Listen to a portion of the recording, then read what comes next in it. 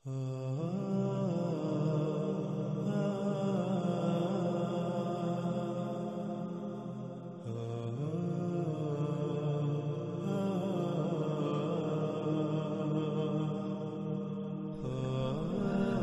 گزشتہ قسط میں یہ بات بالکل کھل کر واضح ہو چکی کہ جس آگ کا ذکر آج سے 14 صدیاں قبل محمد رسول اللہ علیہ السلام نے کیا تھا وہ آگ خام تیل ہے، اور جو کچھ اس کے بارے میں کہا تھا وہ آج پوری دنیا کے انسان ہوتا ہوا دیکھ رہے ہیں۔ اب آگے بڑھتے ہیں اور دیکھتے ہیں کہ محمد رسول اللہ علیہ السلام نے اس آگ کے بارے میں مزید کیا کہا تھا، مزید کیا رہنمائی کی تھی۔ تو اس وقت ناظرین سکرین پر آپ کو روایت نظر آ رہی ہے۔ رسول اللہ صلی اللہ علیہ وآلہ وسلم نے کہا، ویل ہے، یعنی دنیا و آخرت میں عربوں کے لیے ہلاکت ہے اس شر سے تحقیق جو قریب ہی آیا چاہتا ہے۔ فلاں پا گیا وہ جس نے اپنا ہاتھ اسے حاصل کرنے، اس میں سے کچھ بھی لینے سے روکے رکھا۔ ناظرین صراحت کے ساتھ یہ بات واضح ہو چکی کہ وہ شر جس کا ذکر محمد رسول اللہ علیہ السلام نے کیا تھا وہ یہی آگ تھی جسے آج خام تیل کہا جاتا ہے۔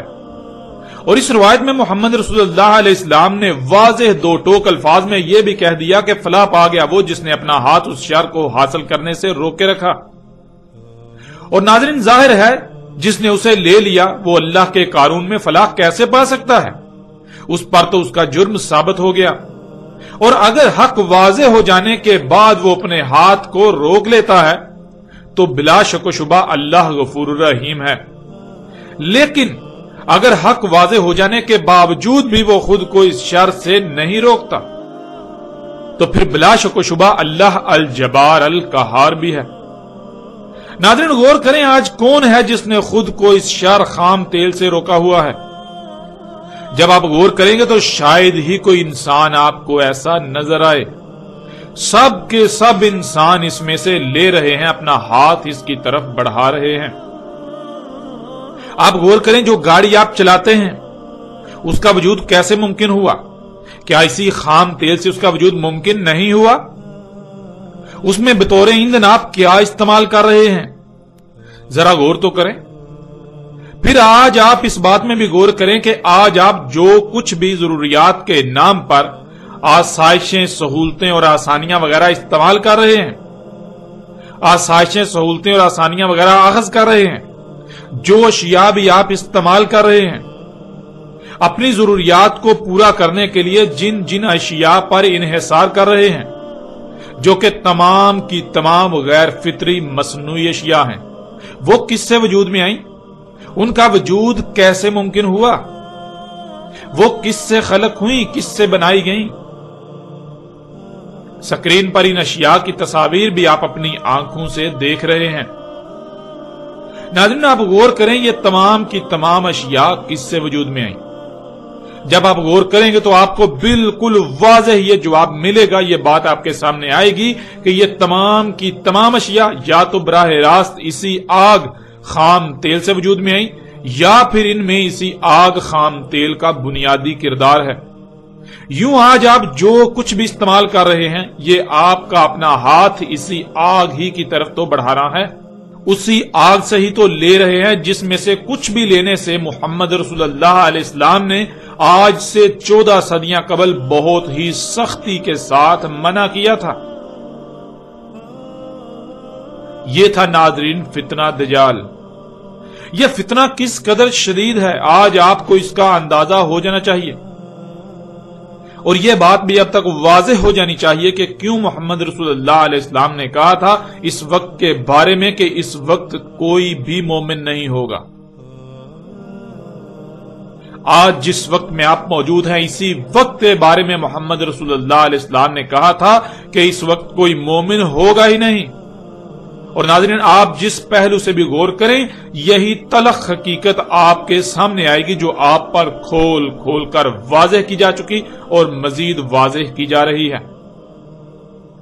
آج عرب دنیا اسی آگ کی بنیاد پر خوب موجیں اور عیاشیاں کر رہی ہے۔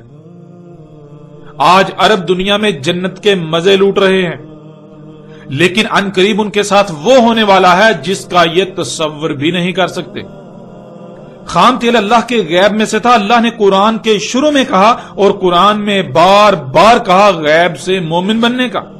لیکن ان عربوں نے جو دین کے ٹھیکیدار بنے ہوئے ہیں، نہ صرف اللہ کے غیب کا کفر کرتے ہوئے زمین کو پھاڑا، زمین کو چیر پھاڑ کر اللہ کے غیب میں سے اسے نکالا، بلکہ الٹا آج اس پر فخر محسوس کر رہے ہیں.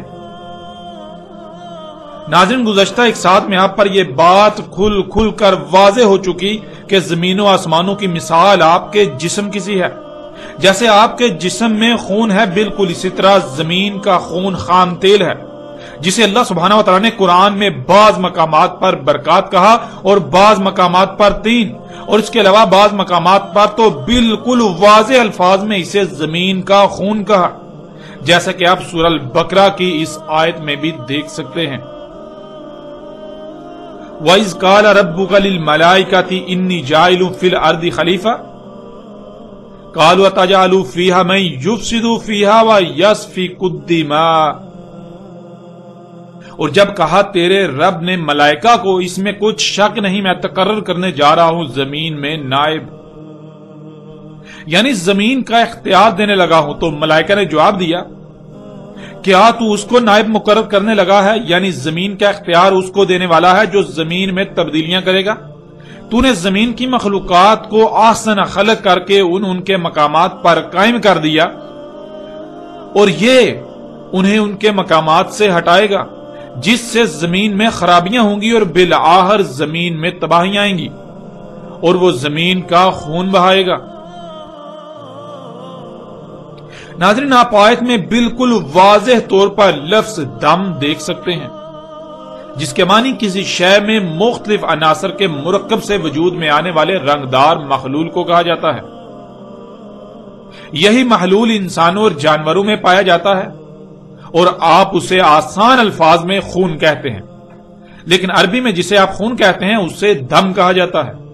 اور آپ آیت میں زمین کے دم یعنی زمین کے خون کے الفاظ کو بالکل واضح دیکھ سکتے ہیں، اور اس آیت میں زمین کے دم یعنی زمین کے خون کا ذکر کیا جا رہا ہے. ناظرین، سورہ البقرہ کی اس آیت میں حقیقت آپ کے بالکل سامنے ہے. اس آیت میں بالکل واضح ہے. آپ خود غور کریں اور فیصلہ کریں کہ کیا ہے زمین کا خون. وہ کون سا مختلف عناصر کے مرکب سے وجود میں آنے والا رنگدار محلول ہے جو زمین میں پایا جاتا ہے، بالکل ایسے ہی جیسے آپ کے جسم میں خون پایا جاتا ہے.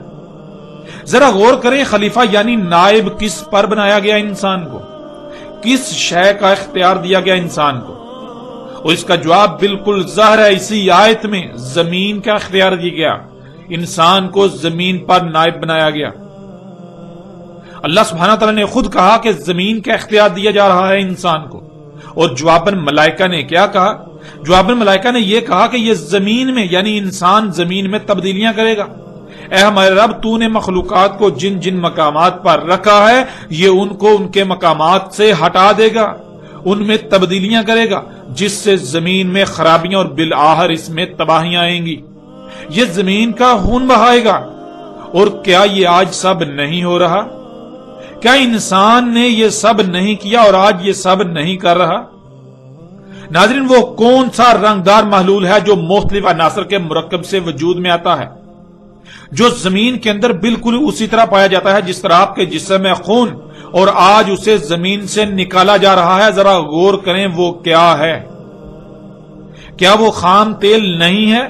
کیا خام تیل کے علاوہ کچھ اور ہو سکتا ہے یا ہے؟ حقیقت ہر لحاظ سے آپ کے سامنے ہے. اور ان عربوں کو کس نے اختیار دیا زمین کا خون نکالنے کا؟ کیا انہیں اللہ نے یہ حکم دیا؟ کیا یہ فساد نہیں ہے؟ کیا یہ فساد عظیم نہیں ہے؟ کیا یہ اللہ کی خلق میں تبدیلی نہیں ہے؟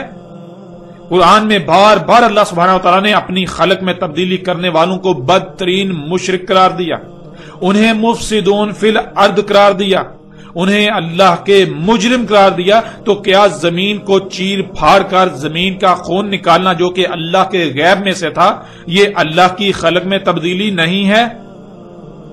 کیا یہ فساد فی الارض نہیں ہے؟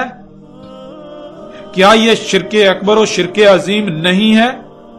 کیا ایسا کرنے والے اور ان کے معاونین اللہ کے قانون میں مومن ہو سکتے ہیں؟ وہ چاہے عرب ہوں یا عجم، کوئی بھی ہوں، جو ایسا کرنے والے ہیں وہ اللہ کے قانون میں مفسدون فی الارض ہیں، اور اگر وہ حق واضح ہو جانے کے باوجود اللہ سے رجوع نہیں کرتے، اس فساد کو ترک نہیں کرتے، تو وہ جان لیں خود کو مومن قرار دے کر تم لوگ اللہ کے عذاب سے نہیں بچ سکو گے۔ یہ دھوکہ تم اللہ کو نہیں بلکہ خود اپنے آپ کو ہی دے رہے ہو۔ ان قریب تمہارا انجام بھی آل فرعون کا سا ہونے والا ہے۔ اے آل سعود، تمہارا انجام آل فرعون کا سا ہونے والا ہے، اور اے وہ لوگوں جو یہ سب کر رہے ہو، تمہارا انجام قوم عاد و قوم سمود کا سا ہونے والا ہے۔ ناظرین، حقیقت ہر لحاظ سے آپ کے سامنے ہے۔ یہی وہ شر تھا جس سے عربوں کے لیے دنیا و آخرت میں ہلاکت تھی، اور وہی فلاح پائے گا جو اپنے ہاتھ کو اس شر کے حصول سے روکے رکھے گا۔ بلا شک و شبہ اس شر سے اپنے ہاتھ کو روکے رکھنے سے دنیا میں زندہ رہنا جہنم بن جائے گا، لیکن یہ فیصلہ آپ کو کرنا ہے کہ کیا دنیا میں اس چھوٹی موٹی آزمائشوں کا سامنا کر کے آخرت میں جہنم کے عذاب عظیم سے بچنا ہے، یا پھر آج دنیا میں اس شر کو حاصل کر کے جنت کے مزے لوٹ کر آخرت میں ہمیشہ کی ہلاکت کا سودا کرنا ہے۔ یہ فیصلہ آپ کے اپنے ہاتھ میں ہے، اور یہ فیصلہ آپ کو خود کرنا ہے۔ اور یہ بھی جان لیں ویسے بھی اب وقت بالکل ختم ہو چکا، جو موجیں آپ نے لوٹنی تھیں وہ موجیں آپ لوٹ چکے۔ اگر آج آپ اللہ سے رجوع کر لیتے ہیں تو دنیا و آخرت میں شدید خسارے سے بچا لیے جائیں گے، ورنہ عذاب عظیم تو آپ کے سر پر آ کھڑا ہے۔ اب ناظرین غور کریں، کیا آپ اس شر سے نہیں لے رہے، یا پھر آپ نے اپنے ہاتھ کو اس شر میں سے کچھ بھی لینے سے روکا ہوا ہے؟ حقیقت ہر لحاظ سے آپ کے سامنے ہے۔ آج آپ اپنے گریبان میں جھانکیں تو حقیقت آپ کو بالکل واضح کھلم کھلا نظر آ جائے گی۔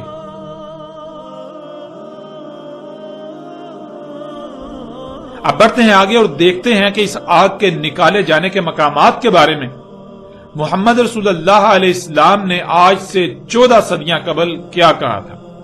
آج سے 14 صدیاں قبل اس آگ کے نکالے جانے کے مقامات کے بارے میں کیا رہنمائی کی تھی؟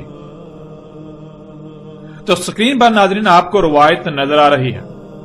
رسول اللہ صلی اللہ علیہ وآلہ وسلم نے کہا، وہ وجوہات جن کی بنا پر اسات یعنی انسانوں پر آخری بڑی عظیم تباہی آئے گی، اس کی پہلی وجوہات میں سے وہ آگ ہے جو مشرق سے نکلے گی، یعنی مشرق سے نکالی جائے گی۔ پھر اگلی روایت، رسول اللہ صلی اللہ علیہ وآلہ وسلم نے کہا، نہیں قائم ہوگی اسات بڑی تباہی کی گڑی، یہاں تک کہ آگ نہ نکالی جائے حجاز کی سرزمین سے۔ ناظرین یہاں یہ یاد رکھیں کہ ارض حجاز کو آج سعودی عرب کہا جاتا ہے، یعنی جسے آج سعودی عرب کے نام سے جانا جاتا ہے اسے ارض حجاز کہا جاتا تھا۔ پھر دیکھیں اگلی روایت، رسول اللہ صلی اللہ علیہ وآلہ وسلم نے کہا، ان قریب نکالی جائے گی آگ حضر موت سے یا بحر حضر موت سے قیامت کے یوم سے قبل۔ رسول اللہ صلی اللہ علیہ وآلہ وسلم نے کہا، ان قریب آخری زمانے میں تم پر ہے نکالنا آگ کا حضر موت سے، یعنی ان قریب آخر الزمان، جب زمانے کا آخر ہونے والا ہوگا تم حضر موت سے آگ نکالو گے۔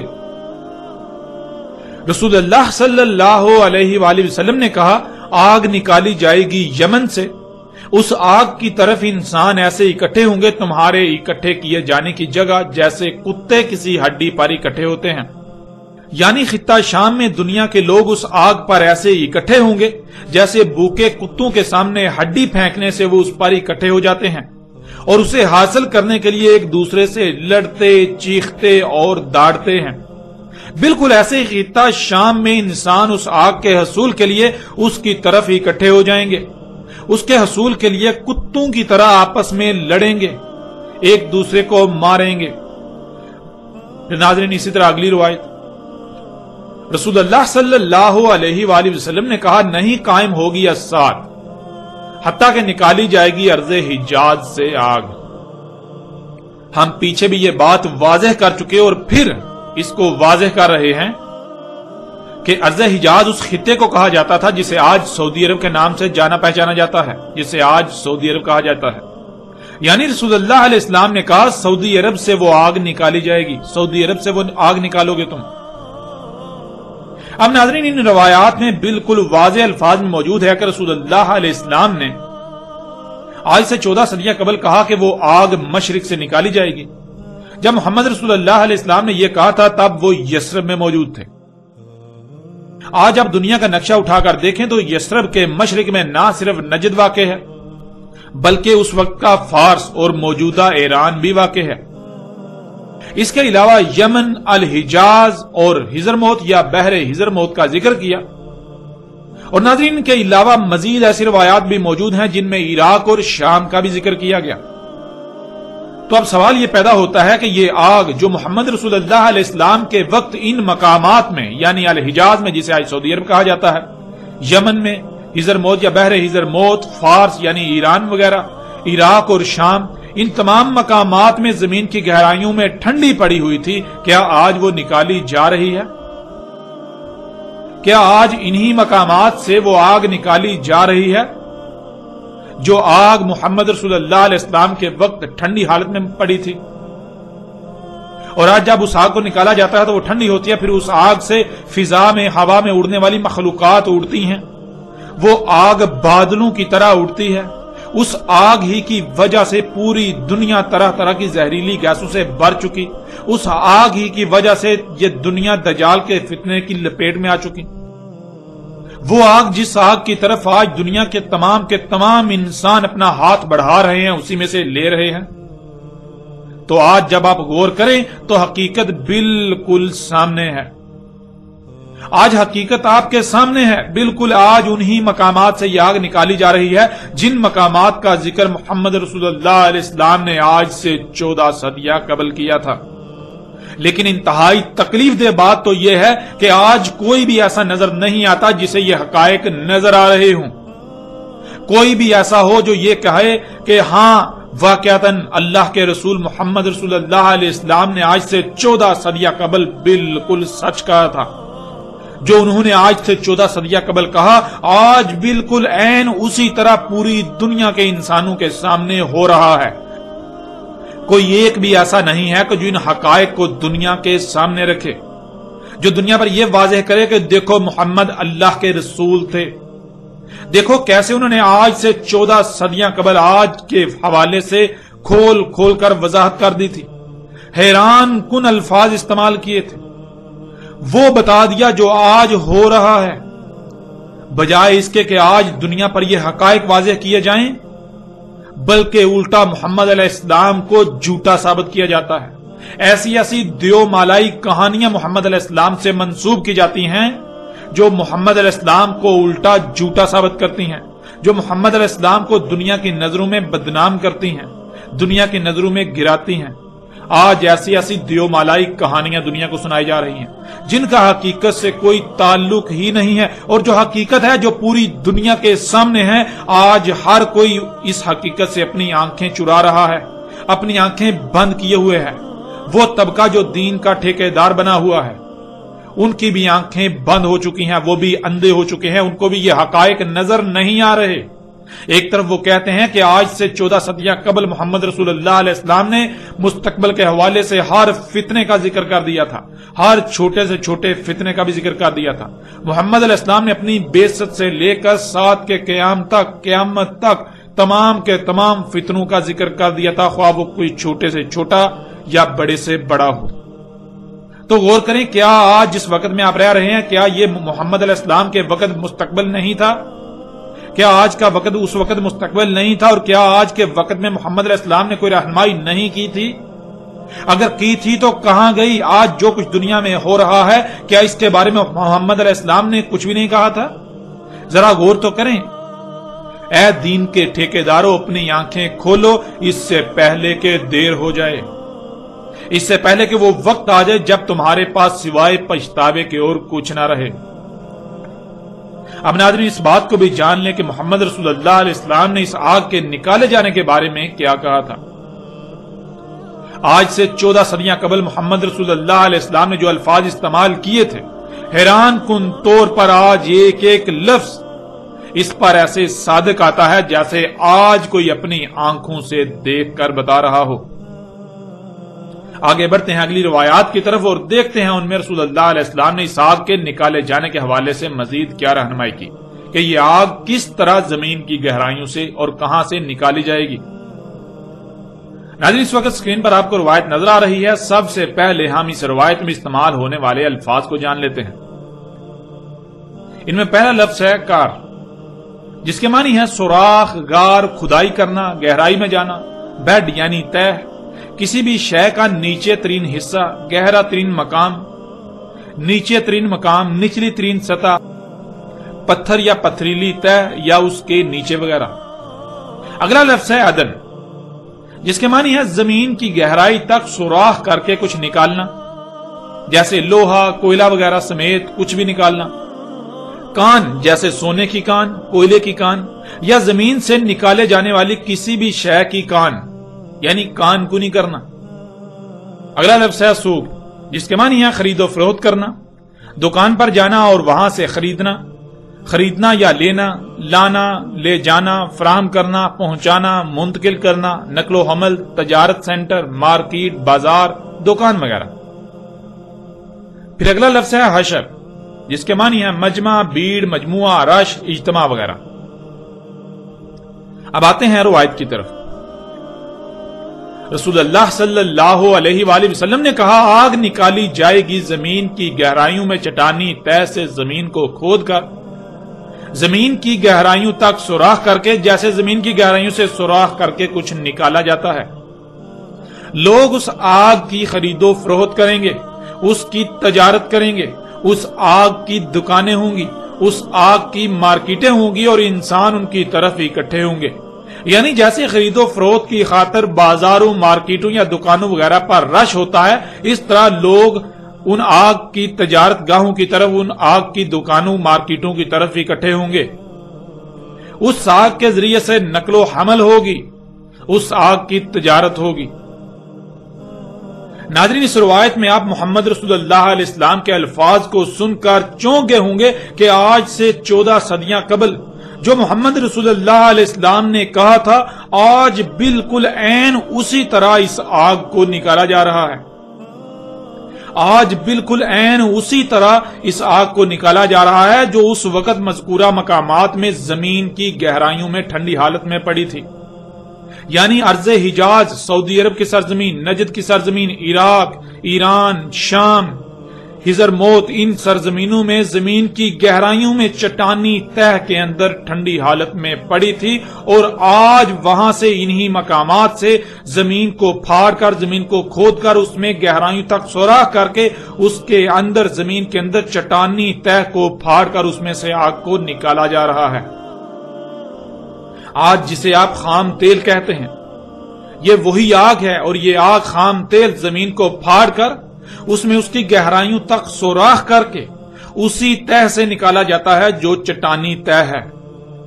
گزشتہ ایک ساتھ میں دجال کے موضوع پر بات کرتے ہوئے ہم نے ان روایات کو بھی سامنے رکھا تھا جن میں محمد رسول اللہ علیہ السلام نے کہا تھا کہ زمین کی اس چٹانی تہ کو ایسے پھاڑا جائے گا جیسے کھجور کی شاخیں ہوتی ہیں، جیسے کھجور کی شاخ ہوتی ہے۔ تو غور کریں، کیا عین اسی طرح آج اس آگ کو نہیں نکالا جا رہا؟ ناظرین، غور کریں کہ وہ کون سی آگ ہو سکتی ہے جو نہ صرف آج سے 14 صدیاں قبل بھی موجود تھی اور آج بھی موجود ہے۔